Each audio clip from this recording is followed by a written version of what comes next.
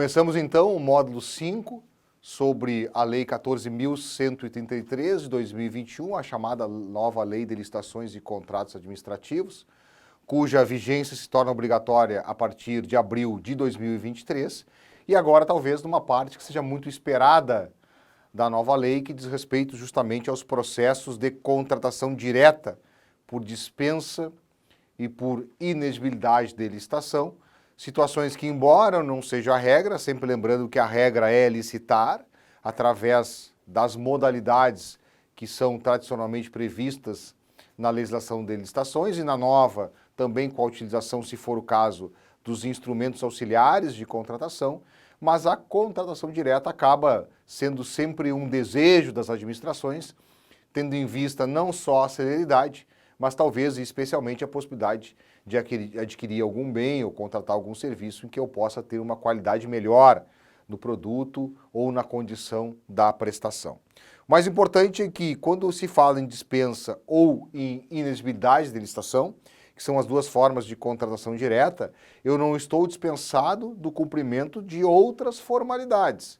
Eu apenas não necessito licitar mediante a publicação de um edital, o decurso do prazo que ele exige e a condição de disputa entre os interessados em contratar com a administração. Nesse sentido, diz o artigo 72 da nova lei, que o processo de contratação direta, que compreende os casos de inexigibilidade e de dispensa de licitação, deverá, portanto, um caráter mandamental, ser instruído com os seguintes documentos. O primeiro documento é o da formalização da demanda, que geralmente é feito pela secretaria ou órgão interessado na contratação, e se for o caso, esse documento vai ter que estar acompanhado do estudo técnico preliminar ou do termo de referência, da análise de risco e, se for o caso, o projeto básico ou executivo. Portanto, a formalidade ela existe, o que não existe é a necessidade de licitar. Além desse estudo técnico preliminar e de outras características que bem demonstrem o tamanho e as condições do objeto que eu preciso contratar, eu tenho a necessidade de estimar a despesa desta contratação. O parecer jurídico e os pareceres técnicos também serão exigidos, quando for o caso. Pode acontecer de não ser, quando, por exemplo, um ato da autoridade superior expressamente afasta a necessidade de parecer jurídico para contratações diretas, a demonstração e a indicação da dotação orçamentária que vai suportar a despesa também é um requisito nos processos de contratação direta, a comprovação de que o contratado tem a documentação, atua no escopo, ou seja, possui todas as condições de bem executar esse objeto, eu preciso justificar por que escolhi ele e também o preço, por que o preço que estou pagando é esse, e claro, ao final, ter a autorização da autoridade competente. Então a gente verifica que na dispensa e na inexigibilidade, inclusive nas hipóteses que são baseadas no baixo valor, eu preciso ter uma formalização da demanda e os documentos que indicam a forma que essa demanda vai ter estão então no artigo 72 da lei.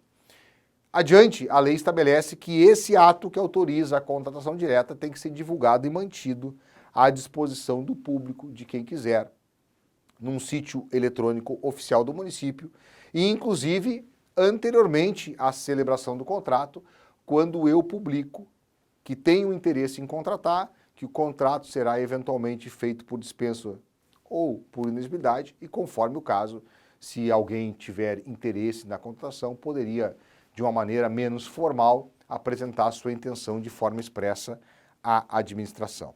Uma questão importante é que, embora as condutas que geram responsabilização criminal tenham sido arrancadas da Lei 8.666 e nem tenham sido incluídas na Lei 14.133, estão todas no Código Penal, eu tenho no artigo 73 a previsão de uma responsabilização não criminal, mas administrativa e civil, naquelas hipóteses em que a contratação direta for feita de forma indevida, com dolo, fraude ou erro grosseiro. E aqui então a lei dá uma especial atenção para a responsabilização de todos aqueles agentes que eventualmente indiquem ou autorizem uma contratação direta fora das hipóteses expressamente previstas na Lei 14.133. Ela começa então pela inexigibilidade de licitação, em 5 hipóteses que são exemplificativas. E aqui talvez a gente tenha a primeira grande ou a segunda grande diferença entre a dispensa e a inexigibilidade. A primeira é que a inexigibilidade, como regra, não é algo que eu escolho, é algo que a situação impõe. E porque a situação impõe, as hipóteses são exemplificativas, porque o legislador não consegue, de antemão, saber todas as situações que, eventualmente, a realidade fática vai me impor uma contratação direta. Entretanto, em a gente lendo as hipóteses de inexigibilidade e licitação arroladas no artigo 74, dificilmente a gente vai imaginar alguma coisa que não esteja expressamente prevista. De qualquer sorte, fica a anotação que elas são apenas exemplificativas, elas não esgotam as possibilidades de contratação direta por inexigibilidade. A primeira delas é do inciso 1, que é justamente a aquisição de materiais ou equipamentos que só possam ser entregues por fornecedor exclusivo, ou seja, só tenho aquela pessoa para me fornecer aquele tipo de bem que é necessário à utilização nas funções da administração. Claro que na situação da primeira hipótese da inexigibilidade, eu não tenho uma grande dificuldade de identificar que isso é uma hipótese que afasta a licitação, mas de demonstrar ou de comprovar que o sujeito é justamente o fornecedor exclusivo. Então essa prova pode ser dada às vezes pelo fabricante, por exemplo, quando ele só tem um revendedor, mas às vezes eu não tenho uma situação como essa. Um equipamento importado, só uma empresa importa, ela pode declarar isso, mas essa declaração não é suficiente. Então eu tenho que ir atrás de outras documentações, fornecidas por associações de classe, por sindicatos, eventualmente juntar contratações que esse mesmo fornecedor fez com outros órgãos públicos e que estarão disponíveis no nosso Portal Nacional de Contratações Públicas e contratações anteriores também feitas por inexigibilidade, enfim, quaisquer outros documentos, para que eu tenha certeza que só ele pode fornecer. A segunda hipótese é a contratação dos profissionais do setor artístico, profissionais que sejam consagrados pela crítica ou pela opinião pública. Essa redação é basicamente a que está lá no artigo 25, inciso 3 da 8666, e aqui eu tenho uma certa dificuldade, porque hoje nem todo tipo de manifestação artística tem uma crítica especializada. E às vezes também não tenho como monitorar uma opinião pública. Então eu tenho que partir de uma justificativa de por que este artista, que pode ser um profissional da música, profissional do teatro, enfim, profissional de qualquer forma de manifestação artística, é aquele que sozinho pode dar conta do bom atendimento da minha demanda. E aqui esta contratação pode ser feita diretamente com o profissional ou através de empresário exclusivo. E em relação ao empresário exclusivo, sim, a nova lei trouxe uma regulamentação muito detalhada acerca de quem pode ser considerado um empresário exclusivo, dizendo que só pode ser considerado empresário exclusivo aquele que tenha a representação permanente, não apenas transitória ou temporária, daquele artista, e que essa representação tem que abranger, no mínimo, o território de um estado. Hoje, na legislação de 93, se aceita que um mesmo artista tenha mais de um representante num estado, chegando a situações que, às vezes, em 2 ou 3 municípios é um, e em mais outros municípios vizinhos é o outro representante, e às vezes, inclusive, a carta de representação exclusiva ela é dada apenas para aquele evento. Pois bem, na lógica da nova lei, a nova lei estabelece que essa representação tem que ser permanente e o território mínimo de representação tem que ser do Estado. Então eu tenho mais representação regional ou por cidade, ou por município, ou por evento. A terceira forma são os serviços dados ou qualificados como serviços técnicos especializados, prestados por notórios especialistas, que são justamente aqueles profissionais que têm uma atuação destacada na sua área de conhecimento e que eu preciso demonstrar que não só ele tem essa qualificação destacada, mas que a minha demanda está a exigir a atuação de um profissional notório especialista para que seja bem atendido. Aqui eu tenho também um certo campo de subjetividade, porque não existe um órgão oficial que ateste quem é notório ou não. É justamente o currículo profissional, as experiências anteriores que vão demonstrar se naquela área, naquele objeto, ele realmente detém essa notória especialização. Aqui tem uma questão interessante, porque hoje na Lei 8666 de 93, precisa que tenha natureza singular. E essa questão de singularidade da natureza não foi prevista na lei nova, na lei 14.133. Mas os requisitos que autorizam a contratação direta do notório especialista continuam a estar previstos e eu tenho que ter uma justificativa e, mais do que isso, uma comprovação de que o profissional que eu estou intencionando contratar efetivamente se trata de um profissional destacado e que também a demanda que eu preciso que ele atenda seja complexa o suficiente, seja vultuosa o suficiente, conforme o caso, que autorize, então, a contratação desse profissional diferenciado pelo mercado. A quarta hipótese são aqueles serviços ou objetos que possam ser contratados por credenciamento. E aqui nós temos uma questão muito importante. Finalmente o credenciamento foi positivado. Se nós tivéssemos que traçar algumas características da nova lei de licitações, nós poderíamos, no mínimo, dizer duas delas. A primeira é que a lei é uma grande homenagem ao pregão, já que ela incorpora basicamente a tecnologia de processamento das licitações, a exemplo do que acontece na modalidade pregão hoje, e também ela acaba sendo um receptário das orientações que, ao longo do tempo, o Tribunal de Contas da União estabeleceu. E uma delas é justamente o credenciamento. O credenciamento surgiu a partir de reflexões da doutrina e da jurisprudência, a partir da interpretação do artigo 25 da Lei 8666 de 93, sob a ótica da inexigibilidade da licitação, não porque só tem um, mas porque eu preciso do maior número de fornecedores. E a lógica do credenciamento é justamente essa. Quando eu preciso, para a boa execução do contrato, para a boa execução do objeto, não de um, do maior número possível. Ou porque, eventualmente, isso vai facilitar a condição do usuário do serviço público em acessar esse serviço, ou porque, às vezes, eu não tenho, por exemplo, no município, algum fornecedor, ou não tenho na minha região, que sozinho dê conta da minha demanda. Então eu preciso do maior número possível de prestadores de serviços à minha disposição. Então o credenciamento entra nessa lógica, é uma das 5 situações previamente estabelecidas na lei, não são as únicas, são exemplificativas que autorizam a contratação direta. Nós não veremos o credenciamento nesse momento, veremos mais adiante, porque o credenciamento ganha uma seção própria no capítulo 10, na condição de um instrumento auxiliar de contratação e que, como todos os instrumentos auxiliares, vai necessitar da edição de um regulamento para indicar a maneira como, de forma pormenorizada em cada município, isso será realizado. E a última hipótese expressamente prevista de inexigibilidade da licitação é aquela que hoje está no artigo 24, inciso 10 da Lei 8666 de 93, que é a aquisição ou alocação de um bem imóvel cujas características de instalação, de localização, tornem necessária a sua escolha em detrimento das demais.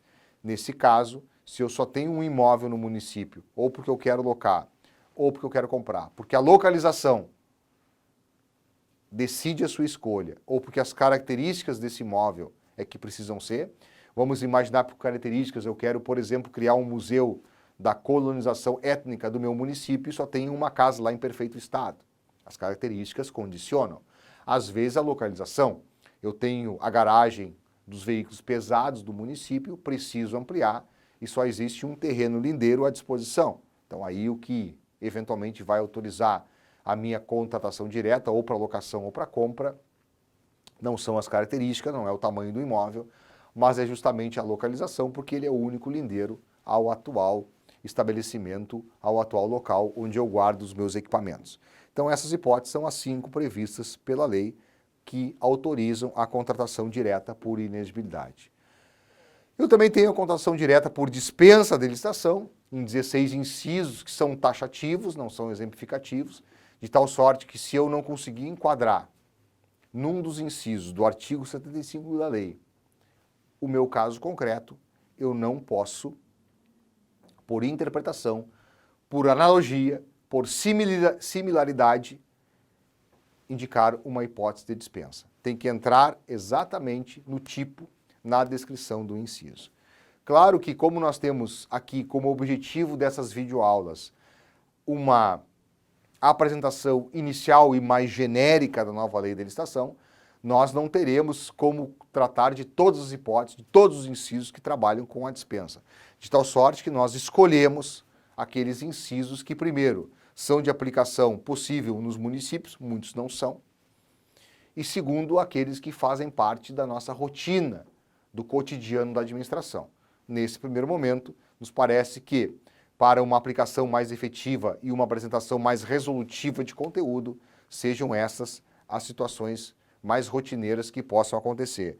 E, evidentemente, nós começamos pelos valores, pela dispensa da licitação em razão do valor, que agora, na nova lei, tiveram os seus percentuais significativamente alterados para mais. Vejam que, na lei de 93, lá no artigo 24, inciso 1 e 2, eu tenho hoje os limites de R$ 33.000 e R$ 17.600. Agora eu tenho os limites de R$ 100.000 e de R$ 50.000. Eu faço a referência a R$ 100.000 e R$ 50.000, porque isso é o que está no texto da lei, mas a gente sabe que neste momento da gravação, esses valores já estão em patamares superiores, porque a nova lei tem uma previsão expressa, também veremos em instantes, de que anualmente o presidente da República, mediante decreto, atualizará os valores pela variação do IPCA. Portanto, já existe um decreto do final de 2021 do presidente da República, então, fazendo a atualização sobre os R$ 100.000 e sobre os R$ 50.000 previstos no artigo 75, inciso 1 e 2, para patamares um pouco acima, justamente contemplando a variação da inflação medida pelo IPCA no período. Mas mantemos, então, como disse, porque a lei não foi alterada. Se eu acessar nesse momento o site do Planalto, estará lá 100 mil e 50 mil. Pois bem, nos R$ 100.000 estão as obras e os serviços de engenharia e agora promovidos para esse limite de dispensa mais elevado, o serviço de manutenção de veículos automotores. Hoje, na lei de 93, se eu tiver que eventualmente fazer uma contratação direta por dispensa de licitação de uma manutenção do veículo automotor, eu vou usar o valor mais baixo. Na nova lei, vou utilizar o valor mais alto. Tá? Essa é a primeira grande novidade. Então, os serviços de manutenção de veículos foram promovidos ao valor mais alto da dispensa. E o valor mais baixo ficou para qualquer outro serviço, salvo manutenção de veículos automotores, que já está no patamar mais alto, e para compras em geral, esse valor de 50 mil. A grande questão que sempre causava insegurança, ou ainda causa insegurança, é, ok, já entendi que o valor é de 100 mil reais ou 50 mil reais conforme o objeto. Mas esse valor, ele é apurado a partir de que parâmetro? É o parâmetro do fornecedor? É o parâmetro do momento em que a contratação está sendo feita? É o parâmetro da secretaria ou do órgão que solicita? Qual é o parâmetro objetivo? A nova lei procurou resolver isso, estabelecendo no parágrafo 1º do artigo 75 uma definição objetiva de como eu considero o enquadramento desses limites de dispensa. Dizendo basicamente o seguinte, que para saber se eu posso comprar por dispensa, seja o maior limite de 100 mil, seja o menor limite de 50 mil, eu tenho que levar em consideração dois aspectos. O primeiro aspecto, o somatório do que eu gasto no ano pela respectiva unidade gestora. Ora, se eu levo em consideração o que eu gasto no ano, virado o exercício, iniciado um novo ano, eu zero os limites. O segundo aspecto, eu vou apurar não o fornecedor, não quem está contratando, não com um órgão ou com secretaria específica. Eu vou considerar o que eu gasto com objetos da mesma natureza. Ora, mas o que é objeto para a mesma natureza? São objetos que têm relação com o mesmo ramo de atividade. Ora, eu tenho, por exemplo, a questão dos meus veículos, que é sempre um objeto que gera muita dúvida nas administrações na hora de contratar a sua manutenção. Já sabemos que o valor para manutenção de veículos é o maior valor para dispensa, o valor nominal do artigo 75, inciso 1 da nova lei, é o valor de 100 mil reais. Pois bem, esses 100 mil reais compreende o gasto com toda a frota do município, ou eu teria, a partir do que está no inciso 2 do parágrafo 1º do artigo 75, como dividir a frota? Pensamos ser defensável a ideia de que, na hora de verificar se a frota é considerada integralmente ou se eu posso dividir, eu posso utilizar critério de mesma natureza como sendo justamente o balizador da eventual divisão. De sorte que os veículos leves ou os veículos de passeio, aqueles com capacidade de carga de até 5 lugares, eles se concentrariam numa categoria diferente, por exemplo, dos veículos de transporte coletivo, vans e caminhões. Bom, se eu tenho caminhões e vans, né, que são para transporte coletivo, e tenho a frota para veículos de passeio de até 5 lugares, eu teria 100 mil para todos os veículos de passeio do município e teria mais 100 mil, outros 100 mil para os veículos de transporte coletivo. E teria talvez uma terceira categoria, que seriam as ambulâncias, que embora veículos maiores, servem para um tipo de transporte específico que não se confunde com veículo de passeio, até 5 ou 7 lugares, conforme o caso, com os veículos de transporte coletivo, mas seriam veículos para transporte de pacientes ou de pessoas com enfermidades. E assim poderia defender uma categorização em relação à natureza de cada tipo de veículo.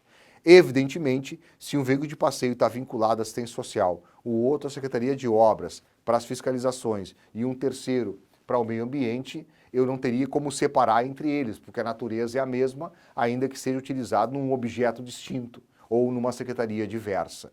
Talvez isso seria um risco muito grande em se defender.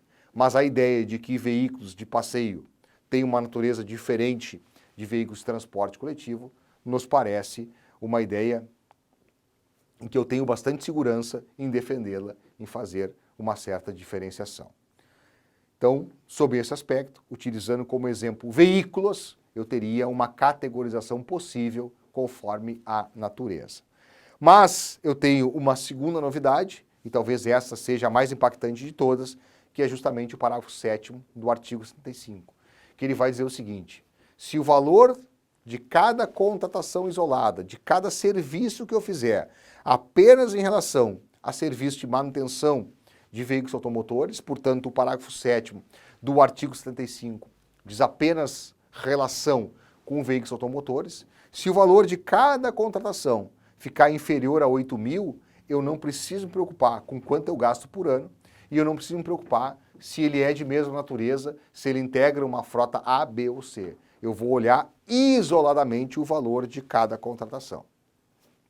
Esse valor de 8 mil hoje está reajustado, em instantes nós veremos quais são os valores atualizados, pelo menos no momento em que o vídeo é gravado.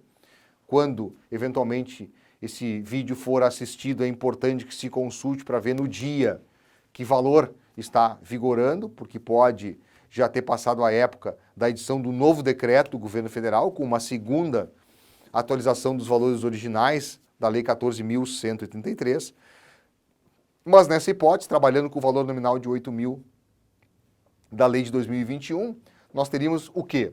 Nós teríamos que cada veículo vai ter, por contrato, por conserto, por serviço de manutenção, cada vez que ele for levado a uma oficina, um valor isolado de 8 mil, e se amanhã ele fizer um serviço de 8 mil e daqui a 2, 3 dias precisar um novo serviço, eu posso defender que são outros 8 mil e que não vai haver o somatório. A grande questão aqui, que embora a lei não fale, nos parece tranquilo de que esse enquadramento não poderia acontecer, é quando eu já tenho um veículo que precisa de uma intervenção cujo valor total seja, por exemplo, 40 mil reais, e aí, nesse caso, eu teria que fazer a licitação para gastar os 40. Eu não poderia fazer um fracionamento, né, de mandar ele 5 vezes, porque eu já sei que naquele momento da primeira contratação, a intervenção para conserto e ou manutenção supera os 8 mil. Mas, se naquele momento o que eu preciso fazer para deixar o veículo em plenas condições é igual ou inferior a 8 mil, eu mandaria naquele momento o conserto, contrataria o conserto com dispensa, e se daqui a 1 mês, 2 meses, 30 dias, 20 dias precisava um novo conserto, e esse novo conserto também ficasse inferior a 8 mil, eu não precisaria somar com o que eu já gastei. Tá? Então essa é a grande novidade, e sinceramente essa é uma expectativa muito grande que quem trabalha com licitação tem acerca de qual interpretação os órgãos de controle vão dar a respeito disso. Então aqui no artigo 182, já que estamos falando das primeiras 2 dispensas em razão do valor, nós temos lá a previsão de que a cada 1º de janeiro, o presidente da República, por decreto, vai atualizar os limites de dispensa de licitação, conforme a variação do IPCA. De tal sorte que, hoje, neste momento, em função do decreto 10.922, de 30 de dezembro de 2021, os nossos 50 mil reais para dispensa representam 54 mil reais. 54.020 reais com 41 centavos, os 100 mil reais representam 108.040 reais com 82 centavos e os 8 mil do valor individual de cada conserto de veículo representam R$ 8.648,27.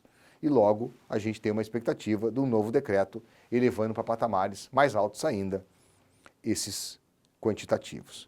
Nós temos então uma terceira hipótese de dispensa de licitação, não mais em razão do valor, e essa é uma questão importante, as dispensas não são só em razão do valor, são muitas vezes em relação à situação de fato, e aqui nós temos, na nossa modesta opinião, talvez uma das hipóteses que mais ajudarão na facilitação da vida de quem trabalha com contratações, que é a do artigo 75, inciso 3. Se nós tivermos que buscar um parâmetro na Lei 8666, nós estaremos falando da lei do artigo 24, inciso 5 da 8666. Só que aqui eu tenho um espectro muito ampliado. Se eu pegar o 24.5 da 8666, ele vai dizer basicamente que se a licitação que eu lancei for deserta, ou seja, não vier ninguém, e eu não puder repetir essa licitação sob pena de prejuízo, eu estou autorizado a contratar com dispensa, com base nesse inciso 5 do artigo 24, desde que eu mantenha na nova contratação ou na contratação que farei as mesmas condições do edital que restou deserto na dicção da legislação de 93. O que o artigo 75, inciso 3 tem semelhante a isso, mas de uma forma muito mais ampliativa? Ele vai dizer o seguinte, que primeiro, a contratação que foi frustrada, ela pode ter acontecido em até um ano para trás. Em até um ano do momento que eu vou fazer a dispensa, está valendo, eu posso considerar contratações frustradas. Essa é a primeira diferença, é bem significativa, porque acabamos de ver que pelo 24.5, eu só estou autorizado a fazer uma dispensa se a licitação não puder ser repetida sob pena de prejuízo. Aqui não, aqui é desde que tenha acontecido em até um ano. Então, flexibilizou bastante.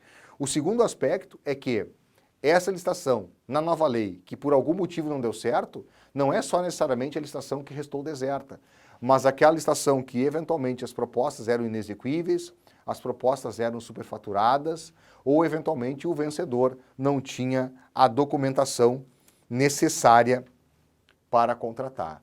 Ou seja, se uma licitação, por qualquer motivo, restar frustrada, restar revogada ou até restar anulada, eu tenho a possibilidade em até um ano de fazer uma dispensa de licitação.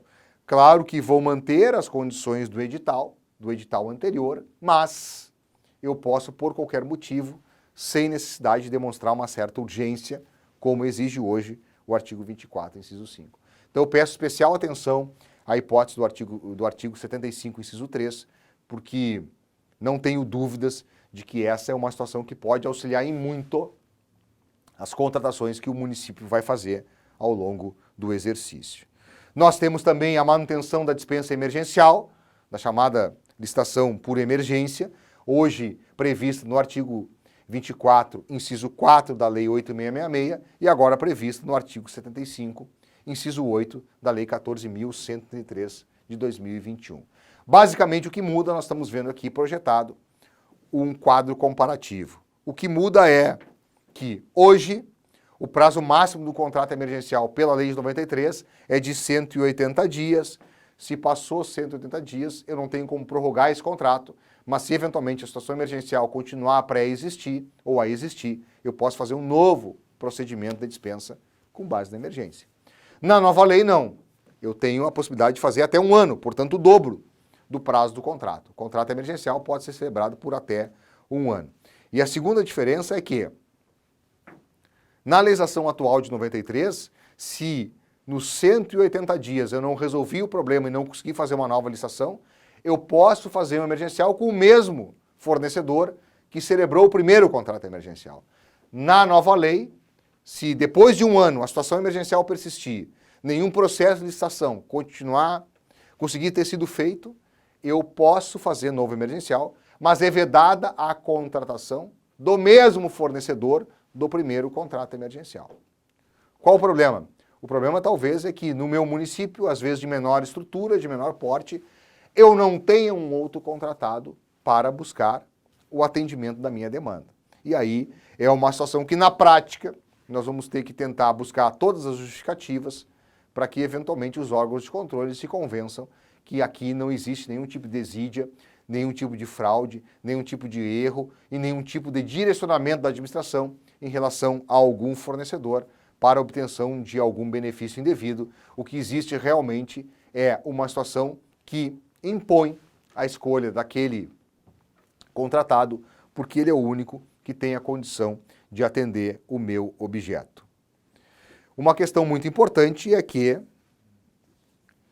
a compra emergencial, quando eventualmente decorre, não de uma emergência sobre a qual eu não tenho controle, mas sobre a emergência que foi gerada a partir de uma inércia, de uma falta de planejamento ou de um planejamento errado do município, nessas hipóteses, a lei diz que haverá a responsabilização, e está dito expressamente isso no parágrafo 6º do artigo 75, dos servidores que deram causa à situação emergencial, que consequentemente foi a base da minha contratação direta.